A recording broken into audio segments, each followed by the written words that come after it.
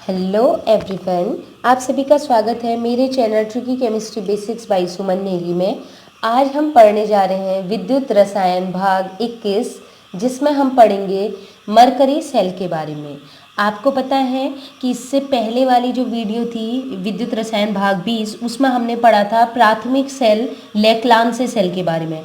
और आज हम दूसरा एग्जाम्पल पढ़ने जा रहे हैं प्राथमिक बैटरी का ही दूसरा एग्जाम्पल, जिसे हम मरकरी सेल या मरकरी की बैटरी कहते हैं या बटन सेल भी कहते हैं।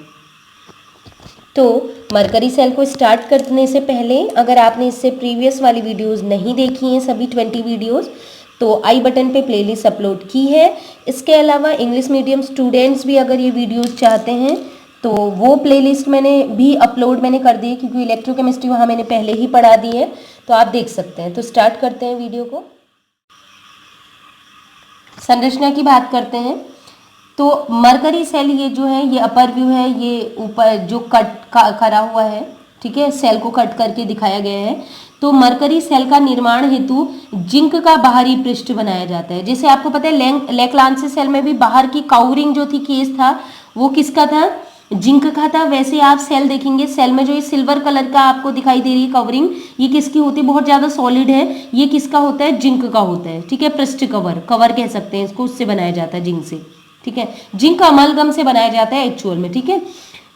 तो जिंक और Hg का मिश्रण होता है वो, जिसके ठीक अंदर एक छिद्रित पर्दा होगा। अब वो जो सेल आपको दिखाई दे रहा है बटन जैसा सेल जो घड़ी में लगता है, उसको अगर हम तोड़ेंगे तो उसके अंदर एक कवर होगा। देखिए, दिख रहा है आपको? मैंने ब्लू कलर से दिखाया, लाइट ब्लू आसमानी कलर से।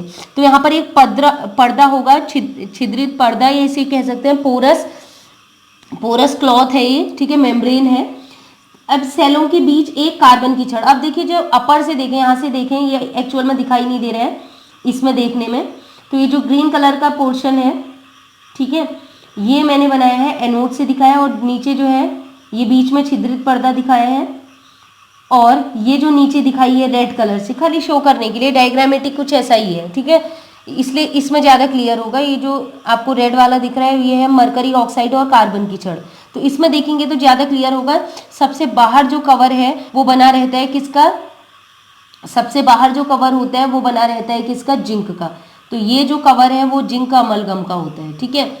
अब इसके अंदर एक पर्दा लगा होगा, छिद्रित पर्दा, ठीक है, जो आयनों का आदान प्रदान करेगा। इसके बीचों बीच में, अगर इस सेल के बीचों बीच में कहें तो एक, जैसे मैंने लेक्लांसे सेल में कहा था, एक कार्बन की छड़ डली होगी, ठीक है।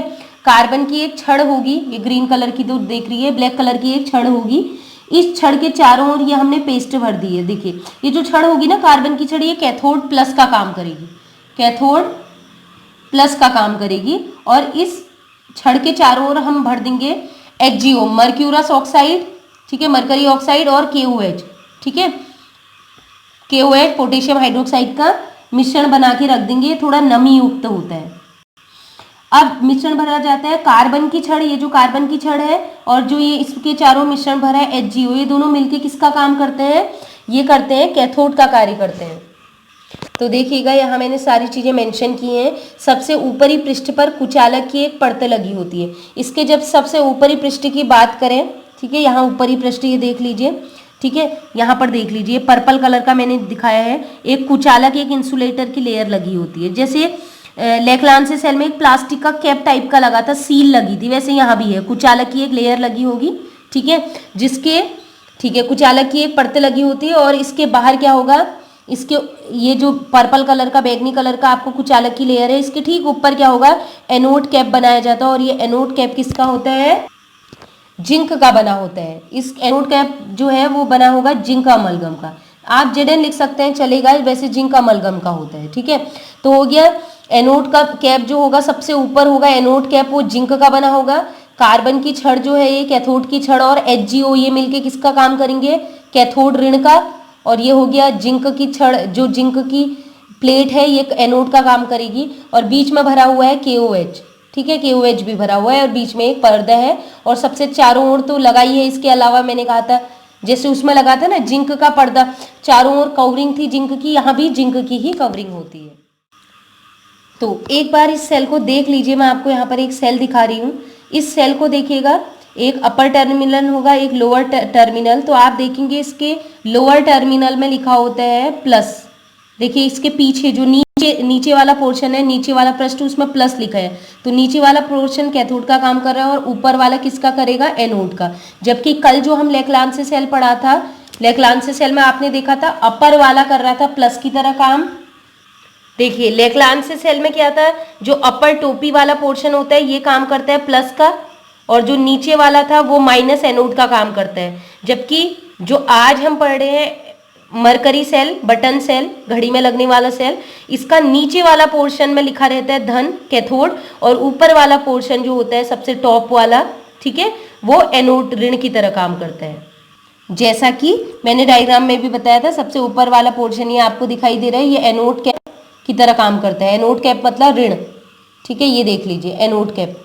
जबकि नीचे वाला पोर्शन जो होगा ये जिंक का सबसे निचला पोर्शन, ये किसकी तरह काम करेगा, सॉरी, सबसे निचला पोर्शन जो होगा, ये जो आपको कार्बन की छड़ और रॉड दिख रही, कार्बन की रॉड दिख रही है और HgO, ये किसका काम करेगा, निचला पोर्शन, धन मतलब कैथोड की तरह, ठीक है। ये देख लीजिए, ये देखिए यहाँ पर इसमें ज़्यादा क्लियर है, ठीक है। सबसे ऊपरी पोर्शन एनोड का और सबसे निचली पोर्शन जो ये रेड वाला दिख रहा है, कार्बन की छड़ है, ये कैथोड की तरह काम करेगा, ठीक है। अब हम आते हैं कि ये काम कैसे करता है सेल, इस सेल के वर्किंग फंक्शनिंग के बारे में देखते हैं। तो वही है, एक एनोड है सबसे टॉप वाला पोर्शन, और बॉटम वाले को हम कहते हैं कैथोड, ठीक है। तो एनोड पे हमेशा आपको पता है एनोड ऋण पे होती है ऑक्सीकरण अभिक्रिया। ऑक्सीकरण अभिक्रिया मतलब इलेक्ट्रॉनों का त्याग। तो क्या है, एनोड का काम कौन करता है, मैंने बताया था जिंक। तो जिंक का जो एनोड होगा वो आपको पता है 2 इलेक्ट्रॉन त्याग करता है, त्याग करके Zn2 पॉजिटिव में बदल जाता है। और Zn2 पॉजिटिव क्या करता है, O निगेटिव के साथ संयोग करके एनोड ZnO का निर्माण करते हैं, ठीक है। तो होगा क्या, एनोड पे अभिक्रिया, जिंक क्या करेगा, अभी जब ये अकेला है तो 0 ऑक्सीडेशन स्टेट में, ऑक्सीकरण संख्या 0 है। अब इसने 2 इलेक्ट्रॉन त्याग दिए तो ये किस में बदल जाएगा, Zn2 पॉजिटिव में। देखिए सिंपली देखिए, पहले जिंक 0 है, इसने 2 इलेक्ट्रॉन त्याग दिए, Zn2 पॉजिटिव में बदल गया, ठीक है, 2 पॉजिटिव में। अब सॉल्यूशन में आप देखोगे KOH है, ठीक है, KOH ब्रेक होगा, K पॉजिटिव अलग, OH निगेटिव अलग। तो जैसे एक KOH लोगे एक OH निगेटिव बनेगा, 2 KOH लोगे तो 2 OH निगेटिव बनेंगे। आपको पता है ना KOH टूटने के बाद K पॉजिटिव और OH निगेटिव बनाते हैं। तो जो OH निगेटिव है, ये OH निगेटिव जो होगा, इस OH निगेटिव का एक ऑक्सीजन इस जिंक Zn2 पॉजिटिव जो ये बना रहे हैं Zn2 पॉजिटिव, इसके साथ रिएक्ट करेगा। क्योंकि आपको पता है ऑक्सीजन का चार्ज क्या होता है, 2 निगेटिव। तो Zn2 पॉजिटिव एक ऑक्सीजन मतलब O2 निगेटिव के साथ रिएक्ट करेगा। तो Zn2 पॉजिटिव O2 निगेटिव के साथ रिएक्ट करेगा तो ये बनाएंगे ZnO, ठीक है, ये न्यूट्रल बन गया। क्योंकि 2 पॉजिटिव इसका था, 2 निगेटिव इसका था, न्यूट्रल हो गया।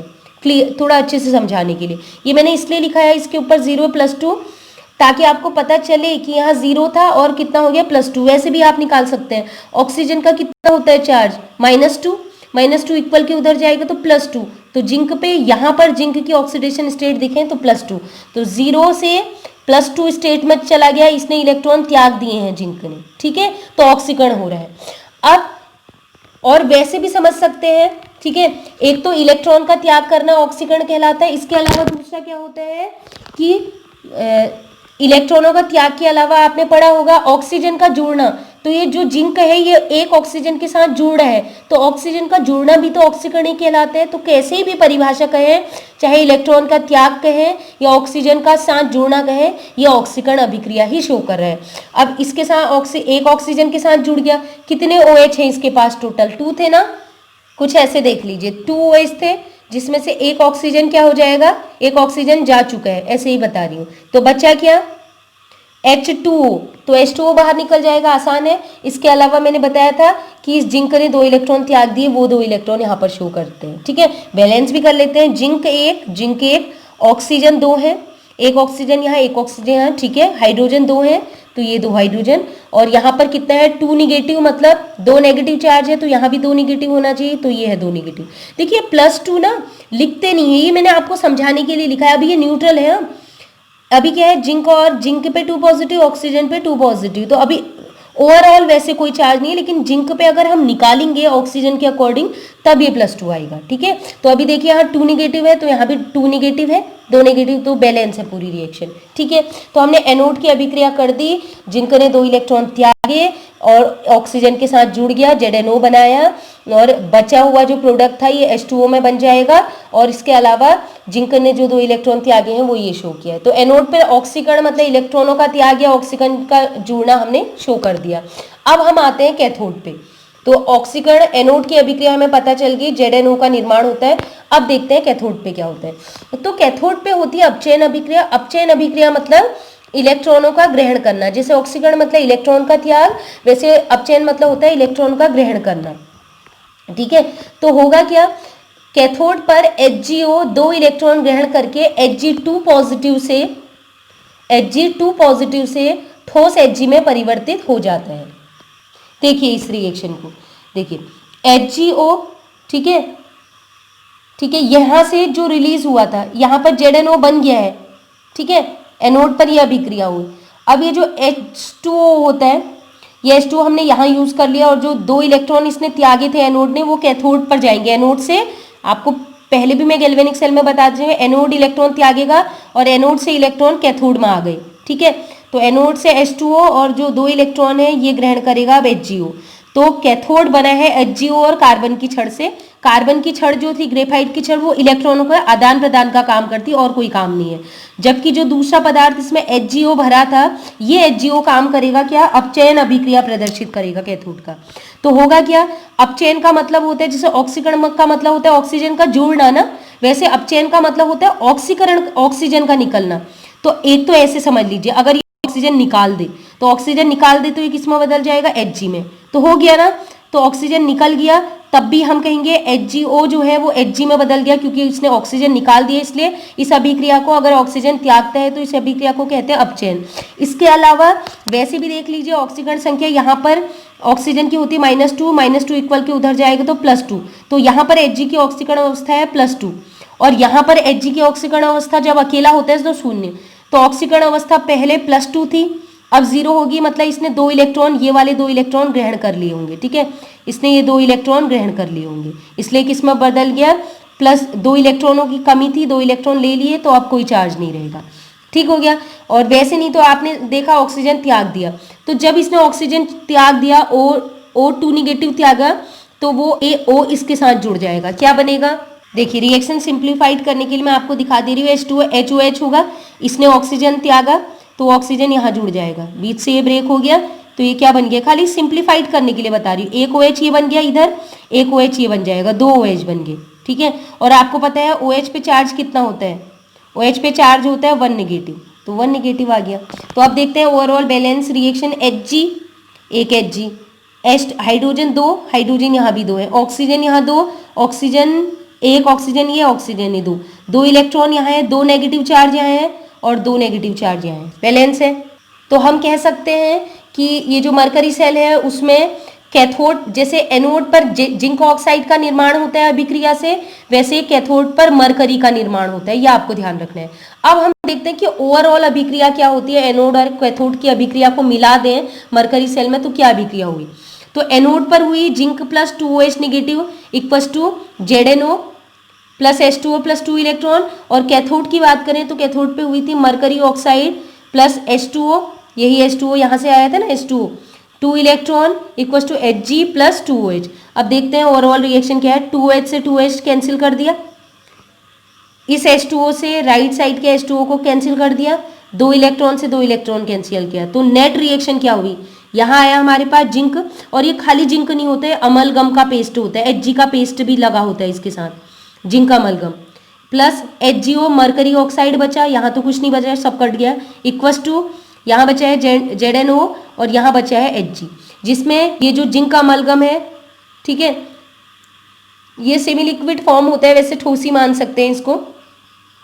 मरकरी ऑक्साइड ये ठोस अवस्था में होता है, और जो जिंक ऑक्साइड बना है ये भी ठोस अवस्था में होता है, और जो मरकरी बना है ये लिक्विड अवस्था में होता है। ठीक है, तो जिसमें जिंक किस में बना, ऑक्सीजन के साथ योग करके ZNO में बदल गया, सिंपल रिएक्शन, और HgO ने ऑक्सीकरण का त्याग किया, ये ऑक्सीजन इसने त्यागा, ऑक्सीजन इसने त्यागा HgO ने, कैथोड में ऑक्सीजन का वियोग हुआ, ऑक्सीजन त्यागा और Hg में बदल गया, और इस ऑक्सीजन को जिंक ने ग्रहण किया तो ZnO में बदल गया। इतनी सिंपल रिएक्शन है।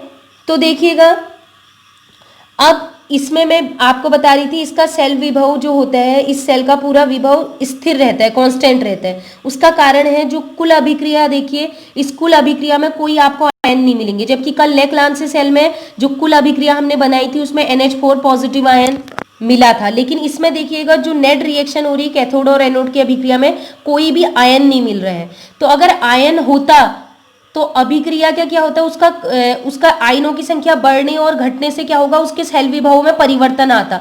मतलब पूरी रिएक्शन के दौरान सेल विभव कभी बढ़ता कभी घटता, लेकिन यहाँ पर कोई भी आयन नहीं आ रहे हैं नेट अभिक्रिया में, इसलिए आयनों की अनुपस्थिति के कारण इसका सेल विभव पूरे इसकी लाइफ टाइम के दौरान, पूरी जीवन काल के दौरान एक सा रहता है। ठीक है, सेल विभव एक सा रहेगा क्योंकि आयन नहीं है। देखिए, जब ये सेल खराब हो जाए तो मैं आपको एक चीज और बताना चाहती हूँ। आप क्या करते हैं, ये जो घड़ी के सेल खराब हो जाते हैं आप रोड पे फेंकते हैं ना, तो होगा क्या, मैं आपको एक चीज बता देती हूँ। जैसे वैसे तो हार्ड उसकी बाहरी जो जिंक की कवरिंग होती है ना उसकी सेल की, उसको तोड़ना इतना आसान नहीं होता, बहुत टफ होता है उसको तोड़ना। लेकिन अगर आपने रोड पे फेंका और किसी कारण से वो सेल बर्स्ट हो गया, फट गया, ठीक है, सेल अगर टूट गया, तो टूटने से ये जो मरकरी आपको दिखाई दे रहा है, Hg मरकरी लिक्विड द्रव, ये मरकरी क्या हो जाएगा, रोड पे बाहर निकल जाएगा।